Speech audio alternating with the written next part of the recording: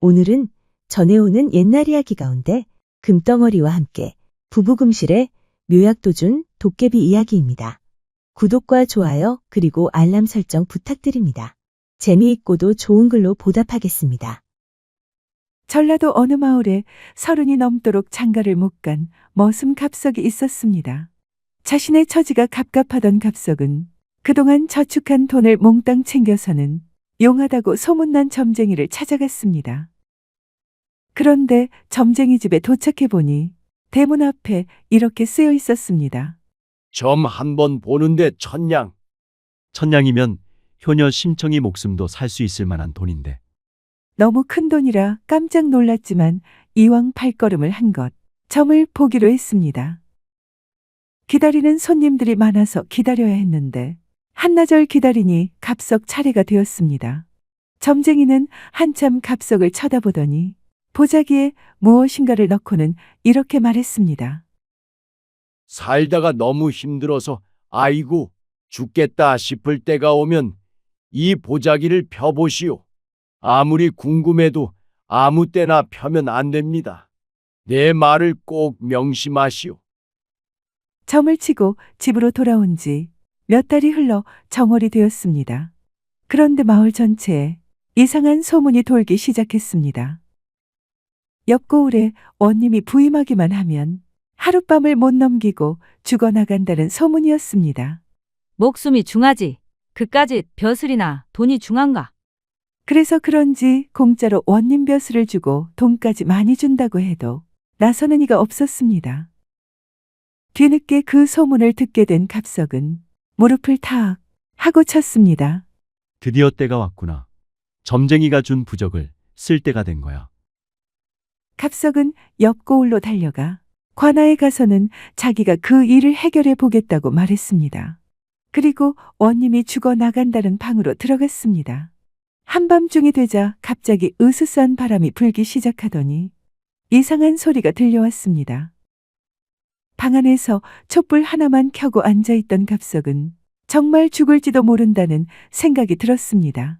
머리카락이 쭈뼛하고 서고 등골이 오싹해졌습니다. 그래서 얼른 점쟁이가 준 부적 보따리를 펼쳤습니다. 그 속에는 무시무시한 귀신 가면이 3개 들어 있었습니다. 갑석은 얼떨결에 하나는 얼굴에 나머지 2개는 되는 대로 양쪽 무릎에 걸쳤습니다. 그러자마자 방문이 스르륵 열리더니 한 무리의 도깨비가 들이닥쳤습니다. 갑석은 너무 무서워서 이를 딱딱 부딪히며 무릎을 가슴에 붙이고 몸을 잔뜩 웅크렸습니다.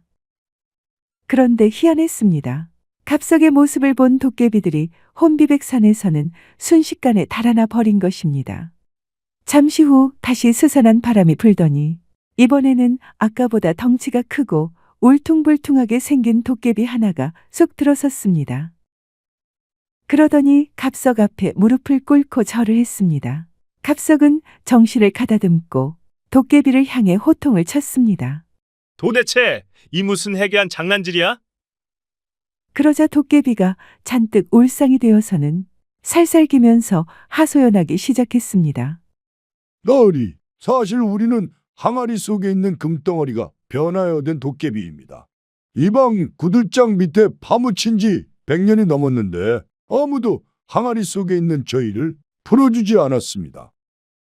너무 답답해서 항아리 뚜껑을 열어달라고 나타나면 우리가 말도 꺼내기 전에 다들 우리를 보고 놀라서 죽어 나자빠졌습니다.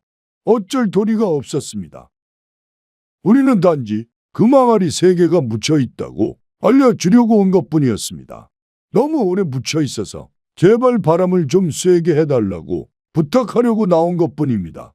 이제 나으리께 다 말씀드렸으니까 방바닥을 파서 우리가 바람을 좀 쐬게 해주십시오.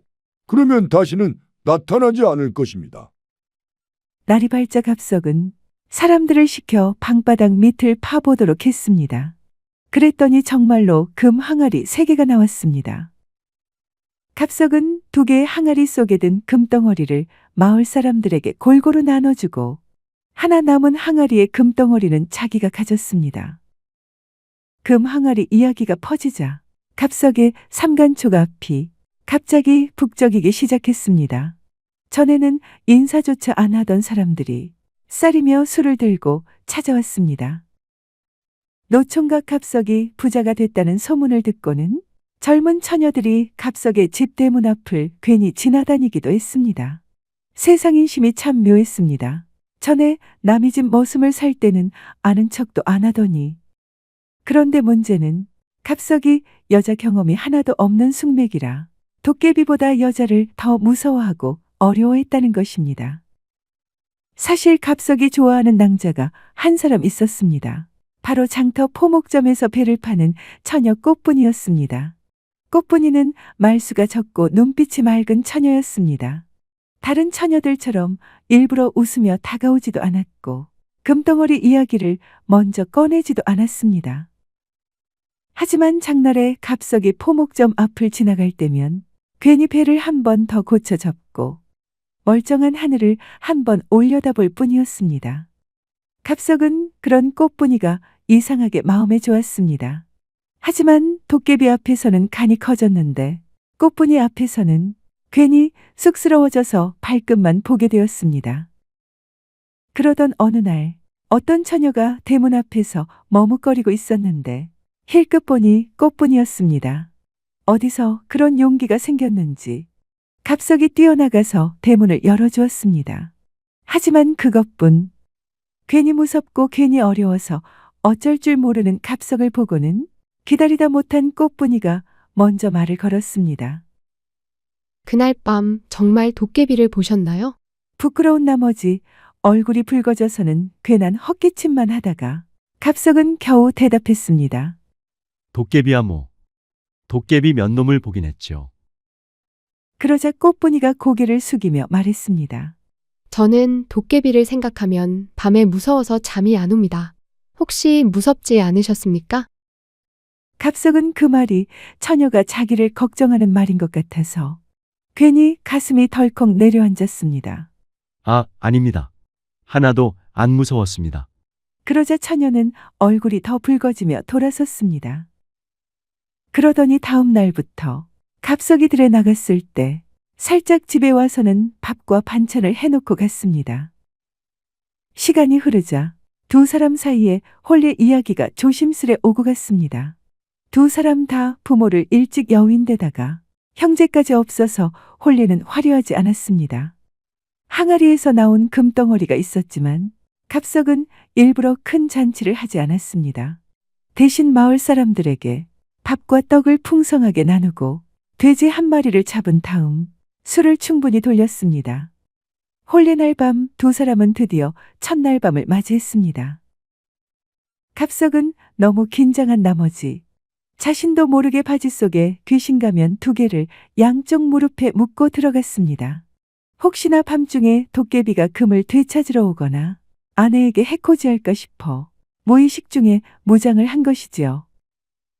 신랑이 아내의 옷을 벗기려는데 무릎 부분이 유독 툭 튀어나와 꿈틀거리는 것을 아내가 보았습니다. 아내가 의아해하며 물었습니다. 서방님 다리에 혹이 나도 아주 단단히 났네요. 이게 대체 무엇입니까? 당황한 갑석은 엉겁결에 말도 안 되는 농담을 했습니다. 아, 이건 우리 집안 내력인데. 내가 너무 기운이 넘치면 무릎에서 귀신이 튀어나와 춤을 춘다오. 지금 색시가 너무 예뻐서 이놈들이 신이 난 모양이야. 그러자 아내는 당황하기는커녕 바지 속으로 손을 쑥 집어넣어 가면 하나를 쑥 빼내더니 자기 얼굴에 쓰고는 갑석 앞에서 덩실덩실 춤을 추며 말했습니다. 어머나, 그럼 저도 무릎 귀신이랑 같이 춤을 춰야겠네요. 서방님, 무릎 귀신이 하나 더 남았으니 어서 꺼내보셔요. 오늘 밤 우리 넷이 밤새도록 놀아봅시다. 갑석은 아내의 해악에 배꼽을 잡고 웃다가 결국 내가 졌소. 하며 가면을 모두 던져버렸습니다. 그날 이후 갑석은 세상에 아쉽거나 무서운 것이 하나도 없는 행복한 사람이 되었습니다. 결혼 후 행복하게 살던 어느 날 아내가 갑석에게 물었습니다.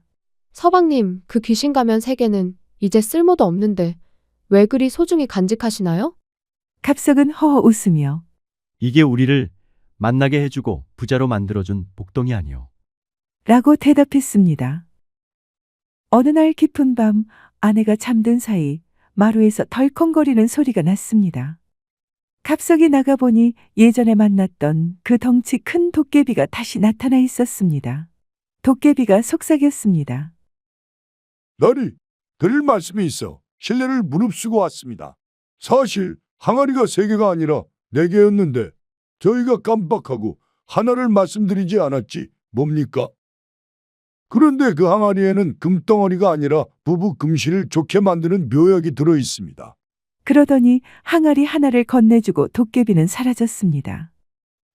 다음 날 아침 갑석은 그 단지 안에 든 달콤한 꿀을 아내와 나누어 먹었습니다. 그 덕분인지 두 사람은 평생 큰 소리 한 번 내지 않고 아들, 딸을 여럿 낳으면서 금실 좋게 살았습니다. 사람들이 모이면 종종 갑석 부부를 두고 우스갯소리를 했습니다. 마을 사람들 사이에서는 그 집은 금덩어리보다 부부 사이가 더 반짝거린다. 는 소문이 자자했습니다. 1000냥짜리 점 덕분에 부자가 된 갑석은 남보다 간이 조금 더 큰 덕분에 금덩어리를 챙겨서는 빚도 갚고 장가도 가고 행복하게 잘 살았습니다. 이 이야기는 전라북도 정읍군 칠보면에서 전승되고 있습니다. 들어주셔서 고맙습니다. 자료 출처는 따로 명기했습니다. 참고하시기를 바랍니다.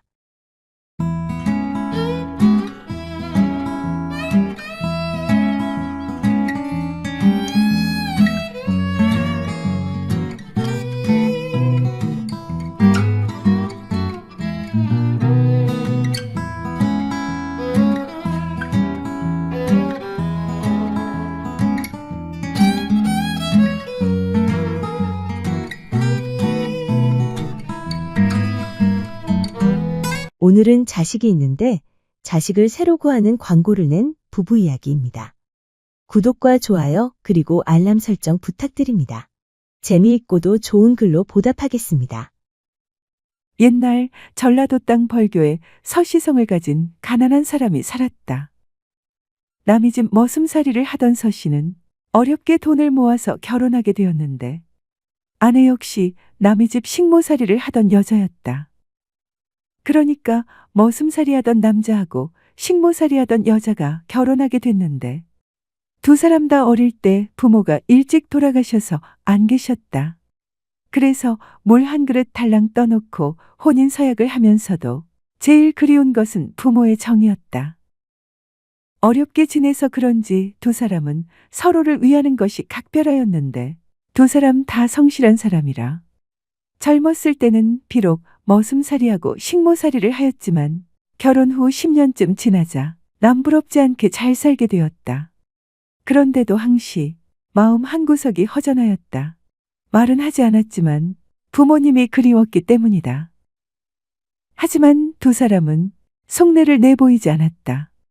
남편은 남편대로 아내가 열심히 살고 있는데 괜히 부모님에 관한 말을 꺼내서 아내를 슬프게 만들고 싶지 않았고 아내 역시 마찬가지였기 때문이다. 그러던 어느 날 우연히 이야기를 나누다가 두 사람은 어릴 적 이야기를 하게 되었다. 남편이 아내에게 물었다. 우리 둘 다 젊어서 고생하다가 이제 조금은 먹고 살만한데 당신은 지금 제일 하고 싶은 것이 뭐요? 그러자 남편을 물끄러미 바라보던 아내가 남편에게 되물었다. 고생은 당신이 더 많이 했죠. 당신은 제일 하고 싶은 게 뭐예요? 내가 먼저 물었으니 당신이 먼저 대답해야지. 그렇게 서로 흉금을 털어놓고 이야기를 하다 보니 아내가 먼저 이야기를 꺼냈다. 나는 부모님께서 일찍 돌아가셔서 얼굴도 몰라요. 그러니 부모님 한번 모셔보는 것이 소원이에요. 아니, 당신도 그렇소? 나도 사실 오래전부터 그런 꿈을 꾸었어. 예전에는 부모님 원망도 많이 하였는데 조금 여유가 생기다 보니 부모님 한번 모셔보는 것이 꿈이요. 그렇게 해서 두 사람은 부모를 한번 모셔보자는데 의견이 일치하게 되었다. 그러던 어느 날 부모님 팝니다 하는 방문이 장터에 나붙었다. 막상 부모를 모셔보자고 아내와 합의는 하였지만 그런 일이 일어나리라고는 생각하지도 않았던 서씨는 방문을 보자마자 놀라서 불이 나게 달려갔다. 찾아가서 보니 이상하게도 아주 호화스럽게 잘 사는 집이었다. 이런 집에서 어찌 부모를 판다고 광고를 냈을까? 의아한 생각이 들어 다시 집을 여기저기 둘러보니 정말 부모를 판다는 광고가 믿기지 않을 정도로 으리으리한 집이었다. 그래서 그 집 머슴에게 몰래 물어보았다. 세상에 그런 일이 어찌 있단 말이오? 나는 모르겠으니 궁금하면 주인에게 직접 물어보시오. 그 집 머슴 이야기도 일리는 있었다. 하지만 부모를 모시겠다는 생각이 워낙 간절하였던 데다 이왕 마음먹고 온 것이라 주인이라도 한번 만나보아야겠다고 마음먹고는 주인을 찾아서는 물어보았다. 이 댁에서 부모를 판다고 그랬습니까? 방문을 보고 왔는데요. 그랬더니 그 집 주인 내외가 서씨를 이모저모 뜯어보는 것 같더니 이야기하였다. 우리가 그 방문을 낸 적이 있습니다만 놀라운 일이 아닐 수 없었다. 정말 부모를 판다는 광고를 냈단 말인가. 보아하니 아직 실성할 나이는 아닌 것 같은데 이런 천벌을 받을 사람들 같으니라고. 속마음은 그러했지만 서씨는 부모를 모셔야겠다는 생각에 아무렇지 않은 듯 되물었다. 부모님을 파신다면 얼마에? 그렇게 말해놓고는 민망해서 서씨는 말을 잇지 못하였다. 그런 눈치를 챘는지 주인 내외가 서씨의 질문이 채 끝나기도 전에 곧바로 답하였다. 값이 아주 비쌉니다. 비싸더라도 말씀하십시오. 얼마든지 드리겠습니다. 그러자 주인 내외가 다시 서씨를 한참 뜯어보더니 말하였다. 돈으로 계산하면 한 20마지기 정도는 되어야 팔겠소이다. 20마직이라는 말에 서씨는 움찔하였다. 그도 그럴 것이 평생 머슴살이 식모살이에서 부부가 모은 재산이라는 것이 30마직이 남짓되는데 20마지기를 주고 나면 고작 10마지기밖에 남지 않을 것이기 때문이었다.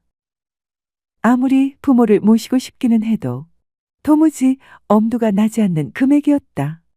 집에서 기다릴 아내와 의논해야 하겠지만 돈도 돈이지만 어떻게든 부모를 모시는 것이 더 중요할 것도 같았다. 제가 꼭 사고 싶은데 돈을 적게 가져왔습니다. 그러니 돈을 더 가지고 오렵니다. 가져온 돈이 어느 정도요? 5마지기 값 정도밖에 안 됩니다. 그러자 주인 내외가 서씨를 다시 힐끔 쳐다보더니 말하였다. 그러면 5마지기 값을 주고 나머지 15마지기 값을 가지고 다시 오시오. 계약금 조로 5마지기 값을 놓고 가라는 말에 서씨는 잠시 망설였다. 만약 아내가 반대한다면 거금을 날릴 판이니 그럴 수밖에 없었다. 하지만 거꾸로 생각해보면 부모를 산다는 것이 조선 팔도에서는 있기 힘든 일이니 만약 누군가가 선수를 쳐버리면 말짱 도루묵이 되고 말 것이었다. 그래서 서씨는 결심하고 말하였다. 우선 5마지기 값은 드리고 가겠습니다. 하지만 어르신께서 워낙 큰 돈을 부르시는지라 집에 가서 아내와 이야기를 해보고 나머지 15마지기 값을 가지고 와서 사든지 아니면 포기를 하든지 결정하겠습니다. 그러고는 언제까지 돌아오겠다고 하고는 집으로 돌아갔다. 집으로 돌아온 서씨가 아내에게 조심스럽게 돈 이야기를 꺼냈다. 평생 남의 집 일을 해서 서럽게 모은 돈이니 조심스럽지 않을 수 없었다. 만약 5마지기 값을 계약금조로 주고 왔다면 아내가 펄쩍 뛸 텐데 하는 걱정도 앞섰다. 서씨가 집으로 돌아와 논 15마지기를 더 팔아야 한다고 말했을 때 아내는 잠시의 망설임도 없이 다락에서 때 묻은 비단 주머니 하나를 꺼내 놓았다. 그 안에는 커다란 금덩어리 2개가 들어있었다. 이 금덩어리는 무언가 일이 잘못되어 우리가 정말 배를 고를 지경이 되면 그때 쓰려던 것이에요. 신랑의 놀란 얼굴을 본 아내가 눈시울을 붉히며 대답했다. 돈은 다시 벌면 그만이지만 부모님을 모실 기회는 하늘이 주시는 것이라고 생각합니다. 금덩어리를 팔면 논 15마지기 가치는 될 거예요. 금덩어리가 없어도 저는 당신의 아내이고 이제 부모님이 계시면 저는 세상에서 가장 행복한 여자가 될 테니까요. 이 말에 서씨는 아내의 손을 잡고 함께 울었다. 서씨는 금덩어리를 팔아서 다시 부모를 사러 갔다. 말은 그랬지만 5마지기 값을 포기하고 돌아오지 않을 줄 알았는데 서씨가 오자 주인 내외는 놀라는 표정이었다. 하지만 이내 정색하고는 한 푼도 깎아줄 수 없다고 하였다. 서씨가 금덩어리 판 돈을 고스란히 넘겨주자 주인 내외가 깜짝 놀랐다. 그러고는 노부부가 놀라운 이야기를 하였다. 사실 우리 부모님은 이 세상에 안 계시오. 그 말을 듣고 서씨는 하마터면 큰 소리를 낼 뻔했다. 부모를 판다고 속여놓고 목돈을 가로채려는 사기꾼이라고 생각했기 때문이다. 하지만 그렇게 보기에는 주인 내외의 인상이 너무도 좋아서 차마 크게 화를 내지는 못하였다. 아니, 그게 무슨 말씀입니까? 부모를 판다고 하여 거의 전 재산을 팔아서 왔는데 안 계신다니요. 그러자 주인 내외가 빙긋이 웃더니 안주인이 말을 이었다. 판다고 말한 부모가 바로 우리라오. 우리 부부는 재산을 많이 모았지만 부모님께서 이 세상에 안 계시니 늘 그것이 안타까웠다오. 더구나 자식들이라고는 결혼시키고 재산을 나누어 주고 나니 몇 년이 지나도 콧배기도 비치지 않는다오. 그래서 정말 우리처럼 부모를 그리워하고 부모를 한번 모셔보겠다는 사람이 있으면 우리 전 재산을 넘겨줄 요량으로 방문을 써 붙인 것이오. 그러니 당장 내려가서 아내를 데려와서 평생 우리를 부모로 모셔주시오. 그래서 4사람이 한 집에서 살게 되었다.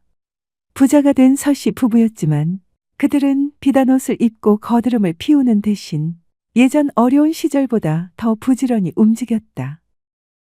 하지만 노부부는 새로 들어온 자식들이 혹시 재산 때문에 억지로 수발을 드는 것은 아닐까 하는 마음에 잠을 이루지 못하고 밖을 살폈다.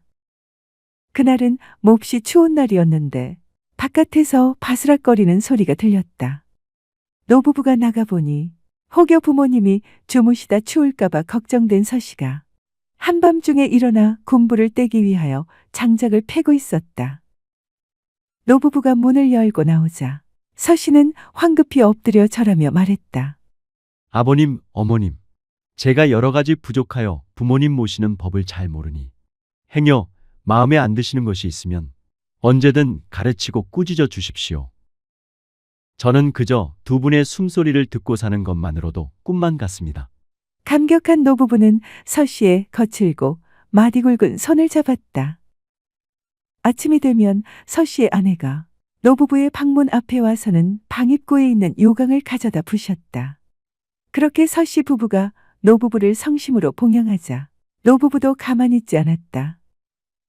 새벽이 되면 서씨보다 노인이 먼저 일어나 마당을 쓸었다. 아무리 말려도 소용이 없었다. 젊은 부부가 밭일을 나가면 노부부가 점심을 싸들고 밥머리까지 와서는 같이 점심을 먹었다. 병이 들면 서로 약을 지어오고 기쁜 일이 있으면 누구보다 먼저 서로가 손을 잡아주었다. 몇 해가 지나자 이상하리만치 살림이 넉넉해졌고 무엇보다도 웃음소리가 마르지 않았다. 그러자 예전에 의심하고 손가락질하던 동네 사람들이 이제는 이렇게 말했다. 젊은 부부가 부모를 산 게 아니라 복을 들여놨구먼. 서씨 부부는 그 말을 듣고 속으로 웃었다. 우리는 복을 산 것이 아니라 부모님을 모셨을 뿐입니다. 들어주셔서 고맙습니다. 용어 풀이와 참고 문헌 그리고 자료 출처는 명기만 하고 따로 읽지는 않겠습니다. 참고하시기를 바랍니다.